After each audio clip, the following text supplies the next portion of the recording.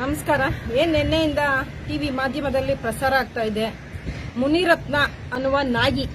ಈ ನಾಯಿ ಹೆಣ್ಮಕ್ಳ ಬಗ್ಗೆ ಅವ್ನ ಹೆಂಡತಿ ಕಾಂಟ್ರಾಕ್ಟರ್ ದುಡ್ಡು ತಗೊಂಡ್ಬಿಟ್ಟಿದ್ದಾರೆ ಅಂತಂದ್ರೆ ಹೆಂಡತಿಯರನ್ನ ಕರ್ಕೊಂಡ್ಬಂದು ನಿನ್ ಪಕ್ಕ ಮಲಗಿಸ್ಬೇಕಪ್ಪ.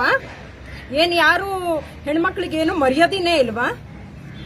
ಯಾಕೆ ಈ ತರ ಶಾಸಕರಾಗಿ 10 ವರ್ಷದಿಂದ ನೀವು ಸತತವಾಗಿ ರಾಜರಾಜೇಶ್ವರಿ ನಗರ ಕ್ಷೇತ್ರದಲ್ಲಿ ಗೆಲ್ತಾ ಬರ್ತಾ ಇದ್ದೀರಾ? ನಿಮ್ಗೆ ಹೆಣ್ಣಿಗೆ ಹೇಗ್ ಮರ್ಯಾದೆ ಕೊಡ್ಬೇಕು ಅನ್ನೋದು ಹೇಳ್ಕೊಡ್ಬೇಕಾ? ನಿಮ್ಗೆ ನಾಚಿಕೆ ಆಗಲ್ವಾ? ದಲಿತರ ಹೊಲೆಯರು ಮಾದಿಗರು ಅಂತ ಮಾತಾಡ್ತಿರಲ್ಲ, ನಿಮ್ಗೆ ನಾಲ್ಗೆ ನಿಮ್ಗೆ ಬಿದ್ದೋಗುತ್ತೆ. ಖಂಡಿತವಾಗಿಯೂ ಒಬ್ಬ ಶಾಸಕನಾಗಿ ಇಂಥ ಪದ ಪ್ರಯೋಗ ಮಾಡ್ತಾ ಇದ್ದೀರಾ. ಬಿಜೆಪಿ ಸರ್ಕಾರದವರು ನಿಜವಾಗ್ಲೂ ಇವ್ರನ್ನ ಬಿಜೆಪಿಯಿಂದ ಧಿಕ್ಕಾರ ಮಾಡಬೇಕು. ಇಂಥವ್ರನ್ನ ಉಳಿಸ್ಕೋಬಾರ್ದು. ಯಾಕೆ ಅಂದ್ರೆ ಈ ಪಕ್ಷದಲ್ಲಿ ಯಾರೇ ಒಂದು ತಪ್ಪು ಮಾಡಿದ್ರು ಕೂಡ ಅದನ್ನ ಪರಿಶೀಲನೆ ಮಾಡಿ ಅದು ಸರಿನಾ ತಪ್ಪಾ ಅಂತ ಹೇಳಿ ನೀವೇ ನಿರ್ಧಾರ ಮಾಡಬೇಕು. ಬಿಜೆಪಿಯಲ್ಲಿ ಸಂಬಂಧಪಟ್ಟಿರೋ ಯಾರೇ ಇರ್ಬೋದು, ಅಶೋಕ್ ಅವರು ವಿಚಾರ ಮಾಡಿ ಏನ್ ಮಾತಾಡಿದ್ದಾರೆ ಅಂತ ಇವಾಗ 2 FIR ಆಗ್ತಾ ಇದೆ. ದಲಿತರ ಬಗ್ಗೆ ಹೀನಮಾನವಾಗಿ ಮಾತಾಡೋಂಥದ್ದು ಇದೆಯಲ್ಲ, ಅದು ನಿಜವಾಗ್ಲೂ ಖಂಡನೀಯ. ಯಾರು ಇನ್ನು ಮುಂದೆ ಶಾಸಕರು ಹೆಣ್ಮಕ್ಳ ಬಗ್ಗೆ ಆಗ್ಲಿ ಯಾರ ಬಗ್ಗೆ ಆಗ್ಲಿ ಅಸಭ್ಯವಾಗಿ ವರ್ತನೆ ಮಾಡೋಂಥದ್ದು ಮಾತಾಡೋಂಥದ್ದು ನಿಜವಾಗ್ಲೂ ನಾವು ನೋಡಿದ್ರೆ ನಾವು ನಿಜವಾಗ್ಲೂ ಸಹಿಸಲ್ಲ ಇದನ್ನ. ಈ ವಿಚಾರವಾಗಿ ಎಲ್ಲ ಸಂಘಟನೆಯ ರಾಜ್ಯಾಧ್ಯಕ್ಷರುಗಳು, ದಲಿತ ಸಂಘಟನೆ ಒಂದೇ ಅಲ್ಲ, ಎಲ್ಲ ಸಂಘಟನೆಯ ರಾಜ್ಯಾಧ್ಯಕ್ಷರುಗಳು ಕೂಡ ಒಂದು ಬಂದನ್ನ ಮಾಡಬೇಕು. ಇದನ್ನ ಪ್ರಶ್ನೆ ಮಾಡಬೇಕು. ಇದನ್ನ ಹೀಗೆ ಬಿಟ್ರೆ ಒಬ್ಬ ಶಾಸಕ ಮಾತಾಡ್ತಾನೆ ಅಂತ ಇನ್ನೊಬ್ಬ ಶಾಸಕ ಮಾತಾಡ್ತಾನೆ. ಹೆಂಗ್ರಿ ನಾವು ನೋಡ್ಕೊಂಡು ಸುಮ್ನೆ ಇರೋದು? ಹೆಣ್ಮಕ್ಳು, ತಾಯಿ, ಅಕ್ಕ, ತಂಗಿ ಯಾವ್ದು ಬೆಲೆ ಇಲ್ವಾ? ದುಡ್ಡು ಕೊಟ್ಟಿಲ್ಲ ಅನ್ನೋದಕ್ಕೆ ನಿನ್ನ ಮನೆ ಹೆಣ್ಮಗನ್ ಕರ್ಕೊಂಬಂದ್ ಹೆಂಡತಿರ್ನ ಕರ್ಕೊಂಬಂದ್ ಮಲಗಿಸು ಅಂತ ಹೇಳ್ತಾನಲ್ಲ. ಇವನು ಹೆತ್ತ ತಾಯಿ ಹೊಟ್ಟೆಲಿ ಹುಟ್ಟಿಲ್ವಾ? ಅಕ್ಕ ತಂಗಿರ್ ಜೊತೆ ಬೆಳೆದಿಲ್ವಾ? ಇವನು ಯಾಕೆ ಇಂತ ಕೆಲಸ ಆಗ್ತಾ ಇದೆ ಅಂತಂದ್ರೆ ಯಾರು ಎಲ್ಲ ಬಾಯಿ ಮುಚ್ಕೊಂಡು ಕೂತಿದ್ದಾರೆ.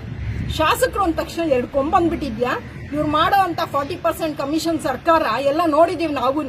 ಮತ್ತೆ ಎಲ್ಲಿ ಗೆಲ್ಲಬೇಕು ಅಂತ ಅಂದಾಗ ಅವ್ರು ಏನೇನು ಕುತಂತ್ರ ಮಾಡಿ ಗೆದ್ದಿದ್ದಾರೆ RR ನಗರದಲ್ಲಿ ಪ್ರತಿಯೊಬ್ಬರಿಗೂ ಗೊತ್ತಿದೆ. ದೃಶ್ಯ ಮಾಧ್ಯಮದವರು ಇದನ್ನ ಮುಚ್ಚಿಟ್ಟು ಬರೀ ದರ್ಶನ್ ವಿಚಾರ ಇರ್ಬೋದು, ಬೇರೆ ವಿಚಾರಗಳನ್ನ ತೋರಿಸ್ತಾ ಇದ್ದಾರೆ. ಇವರಿಗೆ ಸರಿಯಾದ ಬುದ್ಧಿ ಕಲಿಸ್ಬೇಕು, ಪಾಠ ಕಲಿಸ್ಬೇಕು ಅಂತ ಅಂದ್ರೆ ಎಲ್ಲ ಹೆಣ್ಮಕ್ಳುಗಳು ಕೂಡ ಒಟ್ಟಿಗೆ ಸೇರ್ಬೇಕು. ಹೆಂಡತಿ, ಅಮ್ಮಂದಿರು, ತಂಗಿದಿರನ್ನೆಲ್ಲ ತಗೊಂಡ್ ಬಂದ್ ಮಾತಾಡೋದಲ್ಲ, ಆಯ್ತಾ? ನಿಮ್ಮನೆ ಹೆಣ್ಮಕ್ಳನ್ನ ಇನ್ನೊಬ್ರು ಮನೆ ಕಳಿಸಿ ನೋಡೋಣ. ಹಾಗಾದ್ರೆ ನೀವು ಮಾತಾಡಿದಿರಲ್ಲ, ದುಡ್ಡು ಕೊಡೋ ವಿಚಾರದಲ್ಲಿ ಅಮ್ಮನಾರು ಕರ್ಕೊಂಡ್ ಬಾ, ಹೆಂಡತಿನಾರು ಕರ್ಕೊಂಡ್ ಬಾ ಅಂತ ಮಾತಾಡಿದಿರಲ್ಲ. ಮುನಿರತ್ನ, ನಿಮ್ಮನೆ ಹೆಣ್ಮಕ್ಳನ್ನ ಕಳ್ಸು, ಎಲ್ರ ಹತ್ರಕ್ಕೆ, ದಲಿತರ ಹತ್ರ ಕಳ್ಸೋ ನೋಡೋಣ. ನೀನ್ ಮಕ್ಕಕ್ಕಷ್ಟು ಬೆಂಕಿ ಹಾಕ.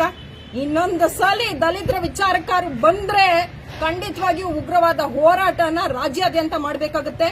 ಎಲ್ಲ ಆಂಧ್ರದಿಂದ ಬಂದು ನಿನಗೆ ಎಷ್ಟು ಸೊಕ್ಕ ಅಡಗಿದೆ. ನಿನಗೆ ಕೂಲಿಗೆ ಬಂದಂತವನು ಕನ್ನಡದ ಹೆಣ್ಮಕ್ಳು, ಗೌಡ್ರು ಹೆಣ್ಮಕ್ಳು ಬೇಕಾ ನಿನಗೆ? ಒಲೆಯರು ಮಾದಿಗರು ಅಂತ ಡಿವೈಡ್ ಮಾಡಿ ನೀನು ಮಾತಾಡ್ತೀಯಾ? ನೋಡು, ಇದೇ ಕೊನೆ ಸಲ. ನಿನ್ನ ಬುದ್ಧಿ ತಿಳ್ಕೊಳ್ಳಿಲ್ಲ ಅಂತಂದ್ರೆ ಸರಿಯಾದ ಪಾಠನ ಕಲಿಸ್ಬೇಕಾಗುತ್ತೆ. ನಮಸ್ಕಾರ ಎಲ್ಲ ಸ್ನೇಹಿತರಿಗೂ. ಏನು ಮುನಿರತ್ನ ಅವರು ಹೆಣ್ಣಿನ ಬಗ್ಗೆ, ದಲಿತರ ಬಗ್ಗೆ ಕೀಳಾಗಿ ಮಾತಾಡಿದರೆ ಇದನ್ನ ಪ್ರಶ್ನೆ ಮಾಡಬೇಕು.